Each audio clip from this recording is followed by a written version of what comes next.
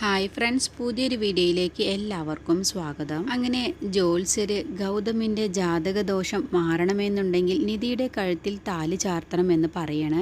അങ്ങനെ വസുന്ധര അതിന് ഒട്ടും തന്നെ അങ്ങ് കൂട്ടു നിൽക്കുന്നില്ല കേട്ടോ. വസുന്ധര പറയാണ്, നിധിയും ഗൗതമും തമ്മിലുള്ള വിവാഹം നടന്നു കഴിഞ്ഞാൽ ഈ മണ്ഡപത്തിൽ ഞാൻ വിവാഹം കാണാൻ ഒരു നിമിഷം പോലും നിൽക്കുകയുമില്ല, വീട്ടിൽ നിന്നും പടിയിറങ്ങുകയും ചെയ്യും എന്നൊക്കെ പറഞ്ഞങ്ങ് വാശി പിടിക്കുകയാണ് ജ്യോത്സ്യരോട്. അങ്ങനെ പിന്നെ ജ്യോത്സ്യരങ്ങ് അടവ് മാറ്റി പിടിക്കുകയാണ്. എന്നിട്ട് വസുന്ധര വീഴുന്ന രീതിയിൽ അങ്ങ് ജ്യോത്സ്യർ പറയുകയാണ്, നിങ്ങൾക്ക് നിധിയോട് തീർത്താ തീരാത്ത പകയാണ് ഉള്ളത് എന്നല്ലേ പറഞ്ഞത്, അതുകൊണ്ട് നിങ്ങൾക്ക് ഞാനൊരു ഉപായം പറഞ്ഞു തരാം. നിധിയോടുള്ള ദേഷ്യം നിങ്ങൾക്ക് തീർക്കാൻ ഒരു ഏറ്റവും വലിയൊരു ഉപായം, ഗൗതം നിധിയുടെ കഴുത്തിൽ താലി ചാർത്തി നിങ്ങളുടെ വീട്ടിലേക്ക് നിധിയെ കൂട്ടിക്കൊണ്ടുപോകണം. എന്നിട്ട് നിങ്ങളുടെ കാൽ ചുവട്ടിൽ നിധിയെ വരുത്തണം.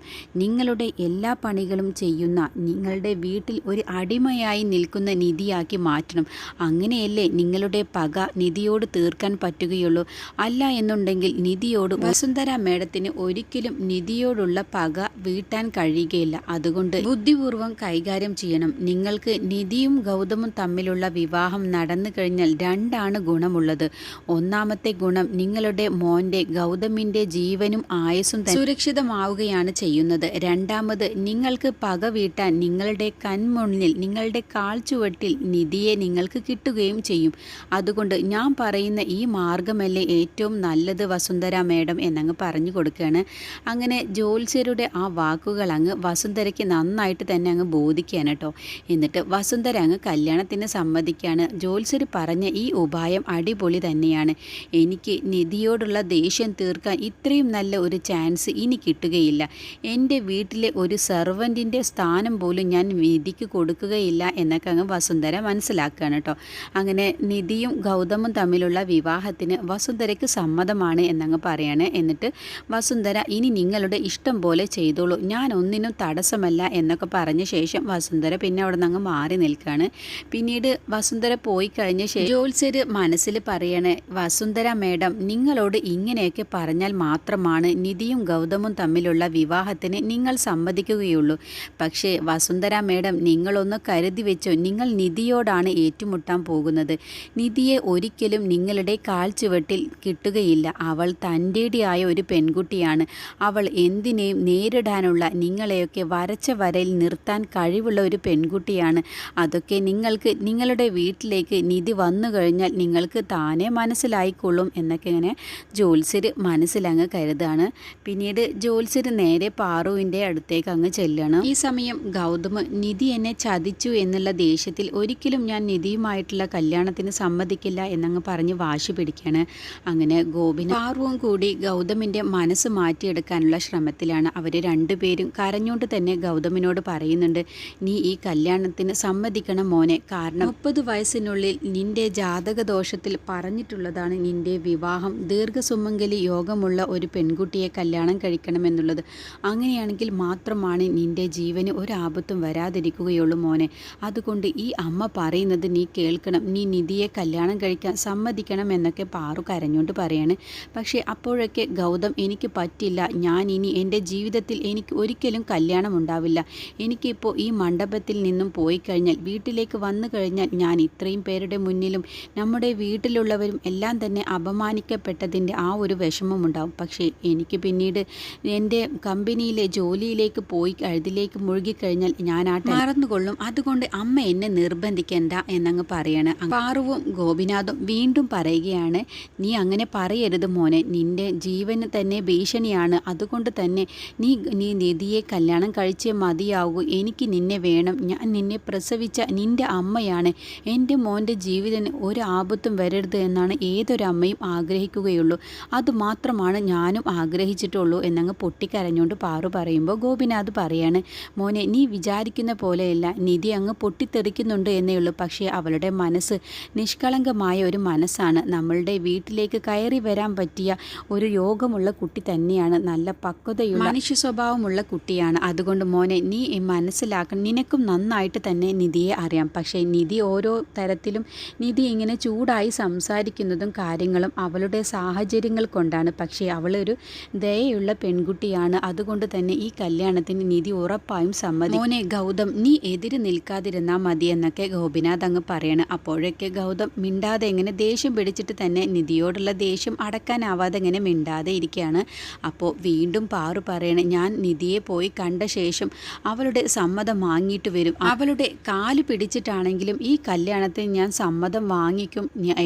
ഏട്ടൻ ഇവനെ നോക്കിക്കോളും, മോനെ നോക്കിക്കോ, ഞാൻ ഇപ്പോൾ വരാം, ഞാൻ നിധിയുമായിട്ടൊന്ന് സംസാരിക്കട്ടെ എന്നൊക്കെ പറഞ്ഞ ശേഷം പാറു നേരെ നിധിയുടെ അടുത്തേക്ക് അങ്ങ് ചെല്ലുകയാണ് കേട്ടോ. ഈ സമയത്ത് നിധി ഇവിടെ നിന്നും പോവാം എന്നൊക്കെ പറഞ്ഞങ്ങ് വാശി പിടിക്കുകയാണ്. അമ്മ ചന്ദ്രയോടും അനിയൻ നിഖിലിനോടൊക്കെ വാ നമുക്ക് പോവാം, ഇനി ഒരു നിമിഷം പോലും ഇവിടെ നിൽക്കരുത് എന്നൊക്കെ പറഞ്ഞ് വാശി പിടിക്കുകയാണ്.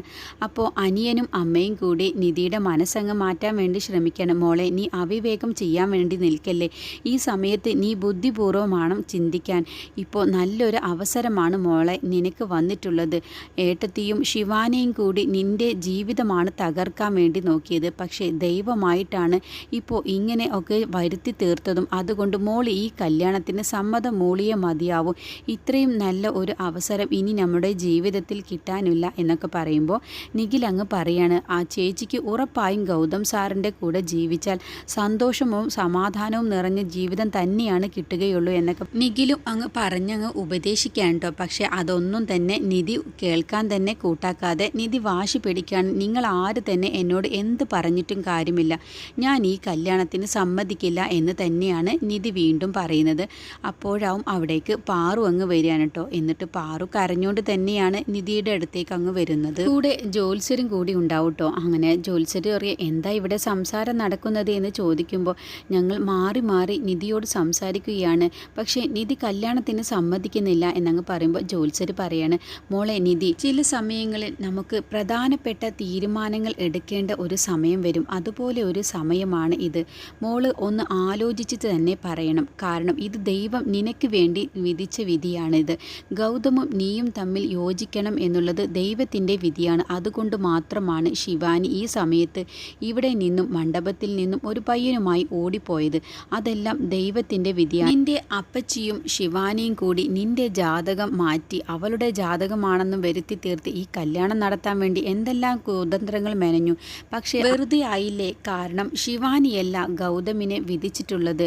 ദൈവം ഗൗതമിനെ വിധിച്ച പെണ്ണ് നീയാണ് നിധി. അതുകൊണ്ട് മോളെ നീ ഒന്ന് ചിന്തിച്ച് നോക്ക്, നീ വെറുതെ വാശി പിടിക്കരുത് എന്നൊക്കെ പറയാണ്. നീ ഒരാളുടെ ജീവൻ രക്ഷിക്കാനല്ലേ ശ്രമിക്കുന്നത് എന്നൊക്കെ പറയുമ്പോൾ ഒരുപാട് പേരുടെ ജാതകങ്ങൾ ഗൗതമിൻ്റെ ജാതകവുമായി നോക്കിയതാണ്, പക്ഷേ അതൊന്നും തന്നെ യോജിച്ചില്ല. നിൻ്റെ ജാതകം മാത്രമാണ് ഗൗതമിൻ്റെ ജാതകവുമായി യോജിച്ചത്. അതുകൊണ്ട് മോള് ഈ ഒരു കല്യാണത്തിന് സമ്മതിക്കണം എന്ന് പറയുമ്പോൾ എന്നോട് ആരെന്നെ എന്ത് പറഞ്ഞാലും ഞാൻ ഈ കല്യാണത്തിന് സമ്മതിക്കില്ല എന്ന് പറയുമ്പോൾ പാറു കരഞ്ഞുകൊണ്ട് അങ്ങ് പറയണം, മോളെ നിധി, നീ ഒരിക്കലും അങ്ങനെ പറയരുത്. ഞാനും ഗൗതമിൻ്റെ അച്ഛനും ഒരുപാട് ആഗ്രഹിച്ചതാണ് പോലെ ഒരു കുട്ടി എൻ്റെ ഗൗതമിനെ വധുവായി വരണമെന്നുള്ളത്. പക്ഷേ ശിവാനിയും ഗൗതമിൻ്റെ ജാതകവും തമ്മിലാണ് യോജിച്ചത് എന്നറിഞ്ഞപ്പോൾ എൻ്റെ ഗൗതം മോൻ്റെ ജീവന് വേണ്ടിയിട്ടാണ് ഞങ്ങൾ ഈ കല്യാണത്തിന് സമ്മതിച്ചത്. പക്ഷേ ഗൗതമിന് വിധിച്ച പെണ്ണ് നീയാണെന്നുള്ളത് ദൈവം മുൻകൂട്ടി തന്നെ തീരുമാനിച്ചിട്ടുണ്ട്. അതുകൊണ്ടാണ് ശിവാനിക്ക് ഈ സമയത്ത് ഇവിടെ ഈ മണ്ഡപം വിട്ട് പോവാൻ വേണ്ടി തോന്നിയത് എന്നൊക്കെ അങ്ങ് പാറു പറയണേ. എന്നിട്ട് പാറു പറയണേ, നിൻ്റെ മനസ്സ് അത്രയ്ക്ക് ദയയുള്ള മനസ്സാണെന്നുള്ളത് എനിക്ക് ഹോസ്പിറ്റലിൽ നിന്നും അന്ന് മനസ്സിലായതാണ്. ഏതോ ഒരു കുഞ്ഞിന് വേണ്ടി നീ എത്രത്തോളം അധികമാണ് ത്യാഗം സഹിച്ചത് അന്ന് ഞാൻ മനസ്സിലാക്കിയതാണ് നിൻ്റെ മനസ്സിൻ്റെ വിശാലത. അതുകൊണ്ട് മോള് എൻ്റെ ഗൗതമിനെ കല്യാണം കഴിക്കാൻ സമ്മതിക്കണം. ഞാൻ നിന്നെ കാണുന്നത് എൻ്റെ സ്വന്തം മകളായിട്ടാണ് എന്നൊക്കെ അങ്ങ് പറയാൻ കേട്ടോ. കരഞ്ഞുകൊണ്ട് തന്നെയാണ് പാറു ഇതൊക്കെ പറയുന്നത്. അങ്ങനെ നിധി പറയാണ്, എന്നോട് ക്ഷമിക്കണം ആൻറ്റി, എൻ്റെ അവസ്ഥയൊന്ന് ആദ്യം മനസ്സിലാക്കണം. എൻ്റെ അമ്മയ്ക്ക് തീരെ സുഖമില്ലാത്ത ആളാണ്.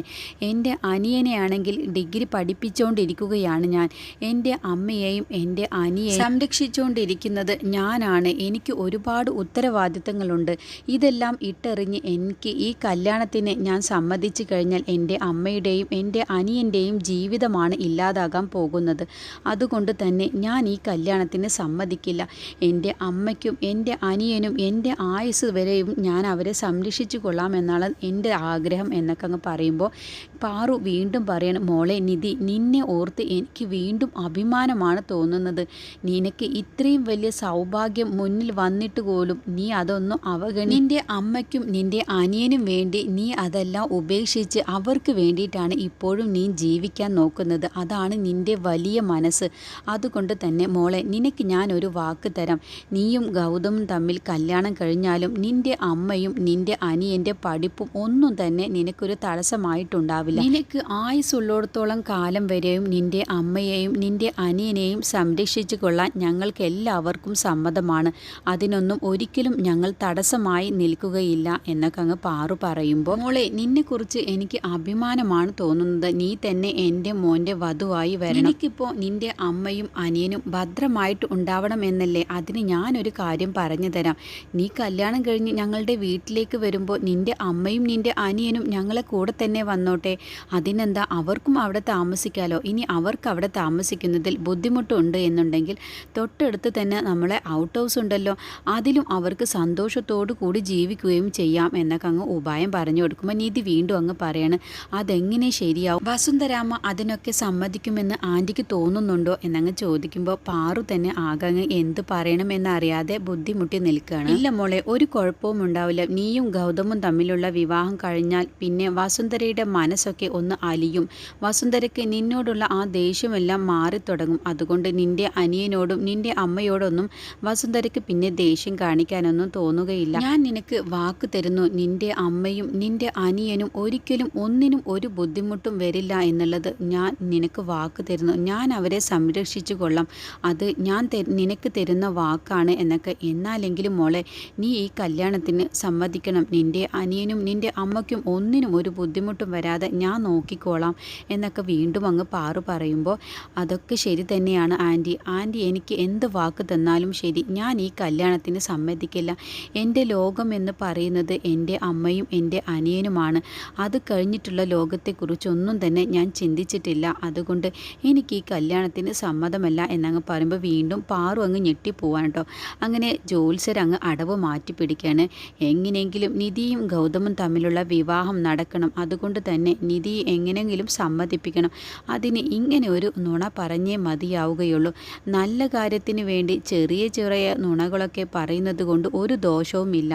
അതുകൊണ്ട് ഇങ്ങനെ ഒരു അടവങ്ങ് പറഞ്ഞാലോ എന്നങ്ങ് ജ്യോത്സ്യർ മനസ്സിൽ കരുതാണ്. മോളെ നിധി, നീ ഒരു കാര്യം മനസ്സിലാക്കണം. നിന്നോട് എത്രത്തോളം അധികം ദേഷ്യമുണ്ട് വസുന്ധരാമയ്ക്ക്. എന്നിട്ട് വസുന്ധരാമ പോലും ഈ കല്യാണത്തിന് സമ്മതിച്ചു എന്ന് പറയുമ്പോൾ നിധി തന്നെ അങ്ങ് ഞെട്ടിപ്പോവാൻ കേട്ടോ. വസുന്ധര മേഡം കല്യാണത്തിന് സമ്മതിച്ചോ എന്നുള്ള ഭാവത്തിൽ ജ്യോത്സ്യരെ അങ്ങ് നോക്കുകയാണ്. എന്നിട്ട് ജ്യോത്സ്യർ വീണ്ടും പറയുകയാണ്, വസുന്ധര മേഡം പോലും ഈ കല്യാണത്തിന് ഒരു എതിർപ്പും പറയുന്നില്ല. വസുന്ധര മേഡം പോലും ഈ കല്യാണത്തിന് സമ്മതം തന്നു. അതുപോലെ വാശിയിലും ദേഷ്യത്തിലും നിന്ന ഗൗതമ പോലും നിന്നെ കല്യാണം കഴിക്കാൻ സമ്മതമാണെന്ന് അങ്ങ് പറഞ്ഞിട്ടുണ്ട്. പിന്നെ എന്തിനാ മോളെ നീ ഇങ്ങനെ വാശി പിടിക്കുന്നത്? അപ്പോൾ നിനക്കും ഈ കല്യാണത്തിന് അങ്ങ് സമ്മതം മൂളിക്കൂടെ എന്നങ്ങ് ചോദിക്കാൻ കേട്ടോ. അപ്പോൾ പാറു തന്നെ ആകെ ഞെട്ടിപ്പോവാൻ കേട്ടോ. ഇല്ലല്ലോ, ഗൗതം മോന് ഒരിക്കലും കല്യാണത്തിന് സമ്മതിക്കില്ല എന്നാണ് പറഞ്ഞിട്ടുള്ളത്. പിന്നെ എന്താ ജ്യോത്സ്യർ അങ്ങനെ പറഞ്ഞത്? ജ്യോത്സ്യർ നല്ല കാര്യം നടക്കാൻ വേണ്ടിയിട്ട് ചെറിയ നുണയൊക്കെ പറയാമെന്നുള്ളത് ജ്യോത്സ്യർ ആദ്യമേ പറഞ്ഞതല്ലേ. അതുകൊണ്ട് തന്നെ നല്ല ഒരു കാര്യം നടക്കാൻ തന്നെയല്ലേ. അതുകൊണ്ട് ഞാനും അതുപോലെ തന്നെ പറയട്ടെ എന്നങ്ങ് പാറു മനസ്സിൽ കരുതി. അതേ മോളെ നിധി, എൻ്റെ ഗൗതം മോനും പോലും നിന്നെ കല്യാണം കഴിക്കാൻ സമ്മതമാണെന്നും പറഞ്ഞിട്ടാണ് എന്നെ ഇവിടേക്ക് പറഞ്ഞയച്ചത്. പിന്നെ എന്തിനാ മോളെ നീ ഇങ്ങനെ മടി കാണിക്കുന്നത് എന്നൊക്കെ അങ്ങ് പറഞ്ഞു ഉപദേശിക്കുകയാണ്. അങ്ങനെ വസുന്ധരയും സമ്മതിച്ചു, ഗൗതമും സമ്മതിച്ചു എന്നൊക്കെ അങ്ങ് പറഞ്ഞു കൊടുക്കുകയാണ് നിധിയോട്. അങ്ങനെ നിധിയും കല്യാണത്തിന് സമ്മതമാണെന്ന് എല്ലാവരോടും അങ്ങ് പറയാൻ കേട്ടോ. അങ്ങനെ ജ്യോത്സ്യരുടെ ആ ഒരു ചെറിയ നുണയും പാറുവിൻ്റെ കരച്ചിലും എല്ലാം കൂടിയായിട്ട് നിധി കല്യാണത്തിന് സമ്മതിക്കാൻ കേട്ടോ. പിന്നെ ഗൗതമാണെങ്കിൽ ദേഷ്യത്തോടു കൂടി തന്നെയാണ് നിൽക്കുന്നത്. അങ്ങനെ ഗൗതം പറയുന്നുണ്ട്, വാ അച്ഛ, മതി ഇനി ഇവിടെ നിന്നത്. കല്യാണത്തിന് വന്നവരെ എല്ലാവരെന്തേലും പിരിച്ചു വിട്ടേക്ക്. ഇനി നമുക്ക് വീട്ടിലേക്ക് പോവാം. എനിക്കിവിടെ നിൽക്കും തോറും എനിക്ക് ദേഷ്യം അങ്ങ് കൂടി വരികയാണ് എന്നൊക്കെ പറഞ്ഞ് നിൽക്കുന്ന സമയത്താവും അവിടേക്ക് പാറുവും ജ്യോത്സ്യരും കൂടി അങ്ങ് വരികയാണ്.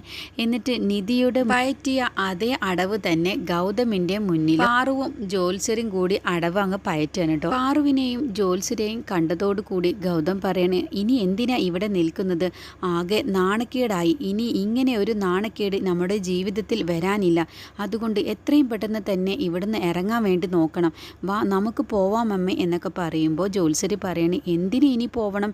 എല്ലാ പ്രശ്നങ്ങളും സോൾവ് ആയല്ലോ എന്നങ്ങ് പറയുമ്പോൾ ഗോപിനാഥും പാറുവും ഒന്നങ്ങ് ഞെട്ടിപ്പോവാണ്. എന്താണ് ജ്യോത്സ്യർ പറയാൻ വരുന്നത് എന്നുള്ള അത്ഭുതത്തോടു കൂടി നോക്കാൻ കേട്ടോ. അങ്ങനെ പാറുവിന് ജ്യോത്സ്യർ എന്താണ് പറയാൻ വരുന്നത് എന്നുള്ള കാര്യം മനസ്സിലാവാണ്. അങ്ങനെ പാറു പറയണ, അതേ മോനെ, നിധി കല്യാണത്തിന് സമ്മതിച്ചു, നിന്നെ കല്യാണം കഴിക്കാൻ നിധിക്ക് സമ്മതമാണെന്ന് പറഞ്ഞു എന്ന് പറയുമ്പോൾ ജ്യോത്സ്യർ മനസ്സിൽ കരുതാണ്, ഞാൻ നിധിയോട് പറഞ്ഞ അതേ അടവ് തന്നെയാണ് ഗൗതമിനോട് പാറു ഇപ്പോൾ പറയുന്നത് എന്നങ്ങ് മനസ്സിൽ ചിന്തിക്കാൻ കേട്ടോ.